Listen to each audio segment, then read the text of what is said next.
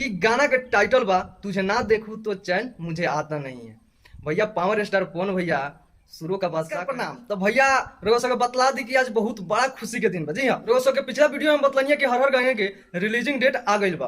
अब रोगो सबके बतला दी भैया कि जौन की गाना के रोगो सबके वेट रखा इंतजार रखा उ गाना जौन की बहुत बड़ा लेवल बहुत बड़ा बजट में बनल रहा भैया। ये गाना के सब कोई के इंतजार बा। जी हाँ, रोगो सब थंबल पर देख ले लो कि भैया हम आखिर कौना गाना के बारे में बात करत तानी। तो रोगो सबके बतला दी भैया कि गाना के पोस्टर आउट हो गइल बा। जी हाँ, आउट हो गइल बा। और रोगो सबके बतलाएम कि भैया गाना के पोस्टर तो आउट हो गइल बा, लेकिन एगो छोटा सा चूक भी हो गइल बा। तो अगर हमारा वीडियो पर नया होगा तो वीडियो के लाइक और चैनल के सब्सक्राइब जरूर कर दें। अब रोगो सबके बतलावा तानी भैया कि गाना के टाइटल बा तुझे ना देखूं तो चैन मुझे आता नहीं है। भैया पावर स्टार पवन भैया शुरू का बादशाह कहे जाने वाले, और अगर लेडीज सिंगर में कोई है शुरू के बादशाह तो है कल्पना जी।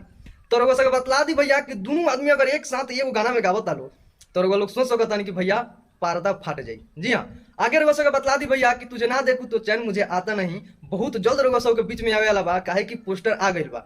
अब रोगो सबके बतला दी भैया कि टिप्स भोजपुरी से गाना आवे वाला बा। ये गाना के लिखले बानी रोशन सिंह विश्वास भैया, और म्यूजिक दियाले बानी रोगो सबके प्यारा दुलारा प्रियांशु भैया और पावर स्टार पवन भैया और कल्पना जी के आवाज बा। तो भैया गाना के पूरा जबरदस्त इंतजार बा हमारा कि कब तक ले भैया ये गाना आ जाए और हमारा कान में गूंजी।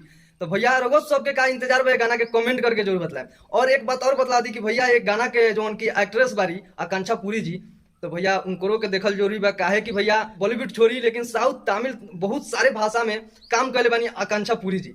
तो वहाँ के गाना में एक्ट्रेस बानी, तो मजा आई भैया गाना के देख के और सुन के।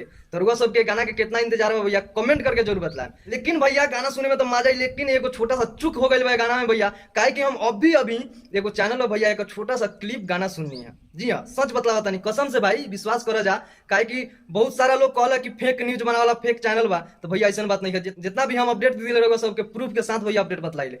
सच बोला नहीं कि हम अभी थोड़ा सा एगो हम भैया गाना के माने जौन होला क्लिप सुननी है, रगो सबके ना बतला सकता नहीं, गाना के इंतजार करी, गाना आते रगो सबके सुनेला मिल जाए। तो भैया रगो सबके अपडेट कैसा लागल कमेंट करके जरूर बतला। मिलता नहीं अगला वीडियो में, तब तक नमस्कार।